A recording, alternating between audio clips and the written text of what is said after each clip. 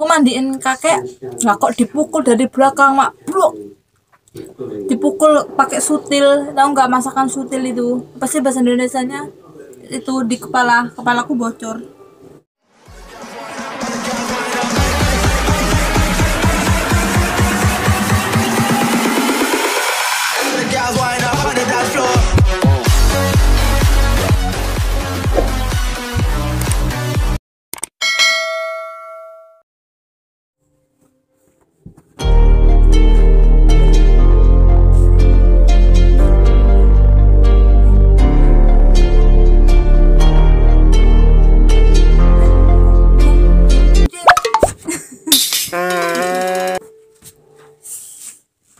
Assalamualaikum warahmatullahi wabarakatuh. Halo guys, kembali lagi dengan channelku Rekacung.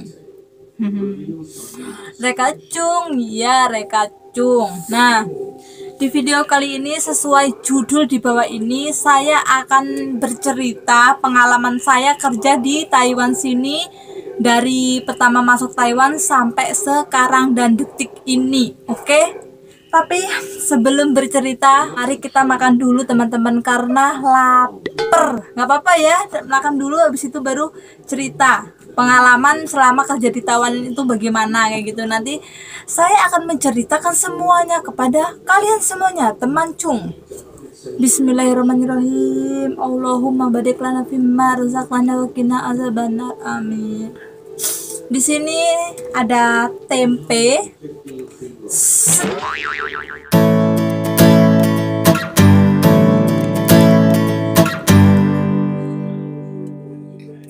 Tempe mendoan. Dan di sini ada nasi putih. Dan di sini ada nggak kelihatan ini pasti. Ikan tongkol, daging sapi diaduk-aduk jadinya seperti ini.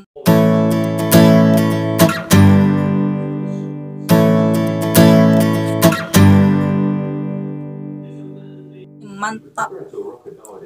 Nah, sebelum kita bercerita, kita kan mau makan dulu ya teman-teman kan. Bismillahirrahmanirrahim.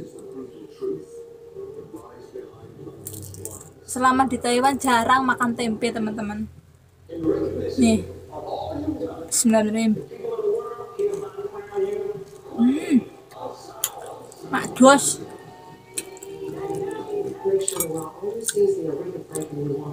Ini apa?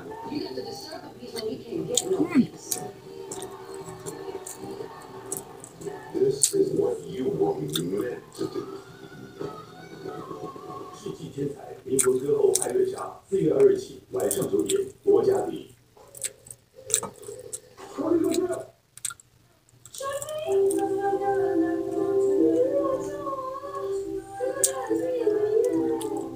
威马树兄弟是叶黄素。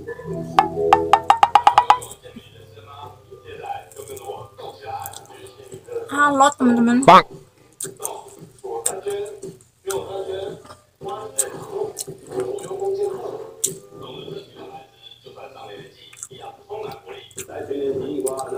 Saya itu kalau makan itu sukanya pakai tangan, nggak tahu kenapa, nggak suka pakai sendok.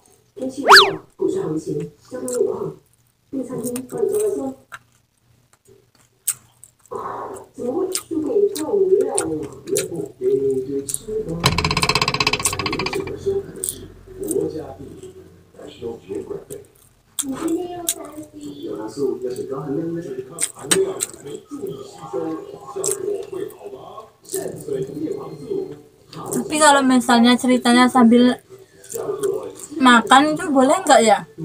Ngomong sambil makan. Karena kalau nungguin makanan ini habis 1 jam, karena ini banyak, makan pun sebanyak ini makanya, tapi nggak gemuk-gemuk aneh.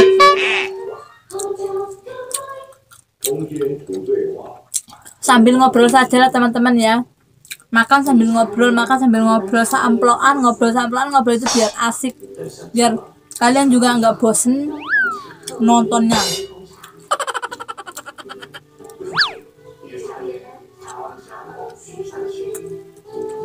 Kenapa saya ngunyahnya di sebelah kanan kiri ya? Sebelah kanan itu gigiku sakit, berlubang gitu. Nggak tahu di Taiwan dokter gigi itu di mana. Jadi saya mau cerita asal mula saya kerja di Taiwan ini dari kapan dan pekerjaan saya itu apa di sini. Saya akan ceritakan. Jadi dulu saya pertama kerja berangkat di Taiwan itu tahun 2019 Januari. Habis itu masuk PT. Di PT itu kurang lebih 3 bulan. Jadi saya masuk itu terbang dari Indonesia ke Taiwan itu bulan 4. Nah, pertama saya datang di sini, saya bukan langsung dapat majikan ini, tapi ada satu majikan. Itu kakek lumpuh, dia stroke.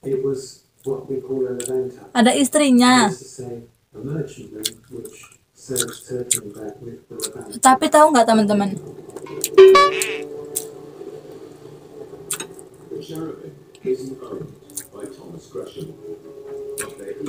Tunggu ya, ngelak dulu.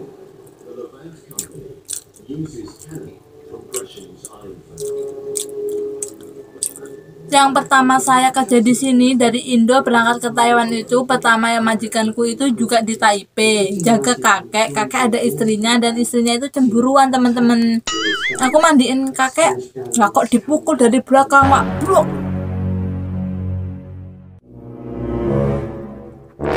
Dipukul pakai sutil, tahu nggak masakan sutil itu? Apa sih bahasa Indonesianya? Itu di kepalaku bocor. Di sini masih ada bekasnya. Terus kakiku dijepit pintu sampai berdarah teman-teman. Itu saya itu bertahan di situ itu 1 bulan. Habis itu aku fotoin luka-lukaku, aku kasih ke agensi, lalu agensi datang dan menjemputku dan dipindahkan ke majikanku yang sekarang ini teman-teman. Itu adalah tanggal 25 bulan Mei 2019. Jadi saya di Taiwan ini nanti bulan 4 itu di 2 tahun di Taiwan, 2 tahun di Taiwan, 2 tahun. Nah, di majikan yang sekarang ini saya ini jaga kakek. Kakek ini punya istri, cerai, punya anak 2. Caranya itu anak 2 itu masih kecil. Nah, anak 2 itu majikanku yang sering sama aku itu yang cewek. Yang satu lagi cowok udah nikah. Dua-duanya berarti anaknya udah punya keluarga sendiri masing-masing gitu.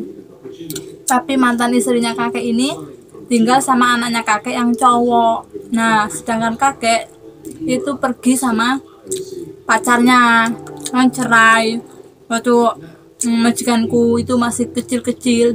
Mereka itu kakak itu sama mamanya majikanku tuh cerai. Nah, si Ama itu kan mantan istrinya kakak, tinggal sama anak yang cowok. Nah, si majikanku yang ini cewek ini itu anaknya pertama. Terus kakek ini tidak ngurusin majikanku dari kecil teman-teman. Majikanku tuh cerita sama aku.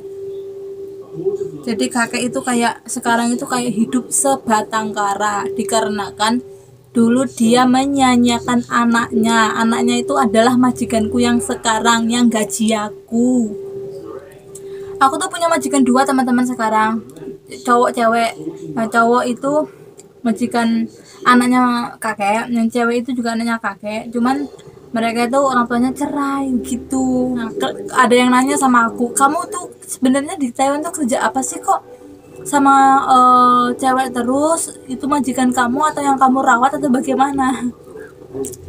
Jadi tuh begini loh teman-teman, aku di sini itu jaga kakek umur 84 tahun. Dia itu stroke sebelah. Pertama saya datang ini dia itu nggak bisa apa-apa di rumah sakit 1 bulan. Lalu kita pulang dan sampai sekarang di rumah, dirawat di rumah. Dia bisa jalan, cuman jalannya itu pelan-pelan.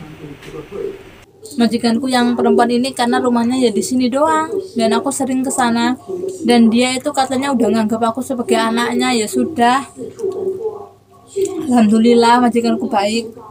Kalau kakek itu keseharianku ini bangun pagi itu jam 9 itu kasih sarapan kakek. Habis kasih sarapan kakek, kita jalan-jalan ke taman sebentar, pulang jam 11. Jam 11 aku masak, habis masak dia makan siang, habis makan siang dia tidur. Tidurnya itu sampai sore. Tidur siang itu jam 1 sampai sore jam 5. Itu dari 1 jam 5 sampai kadang jam 6. Dia tidur siang itu lama. Nah, pas dia tidur siang, aku ke rumah majikanku, teman-teman. Disitulah kenapa aku bisa dekat sama majikan ya, karena sering ke situ kalau kakek tidur. Nanti aku pulang, masak, kasih dia makan malam. Habis makan malam selesai, mandiin dia, mijitin dia. Jam 11 malam itu udah masuk ke kamar. Kayak gitulah keseharianku kerjanya di sini. Jadi ingat teman-teman, kerja itu tuh nggak ada yang nggak capek, semuanya capek. Makanannya belum habis tapi ceritanya udah selesai.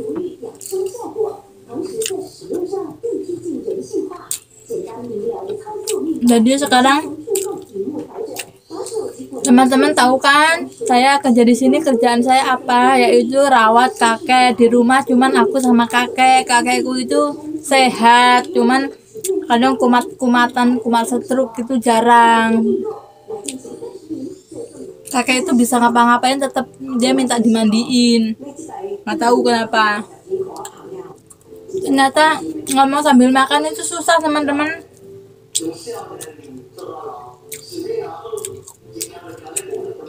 Jadi ceritanya cukup sekian dulu ya teman-teman.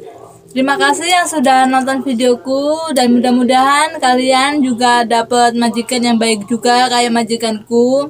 Walaupun dia dulunya disia-siakan sama kakek yang kujaga sama bapaknya, tapi dia tetap masih sayang, masih ngambil aku orang Indonesia untuk rawat dia, bapaknya.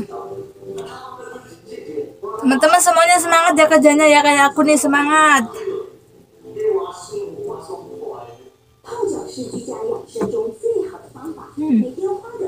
Mantap.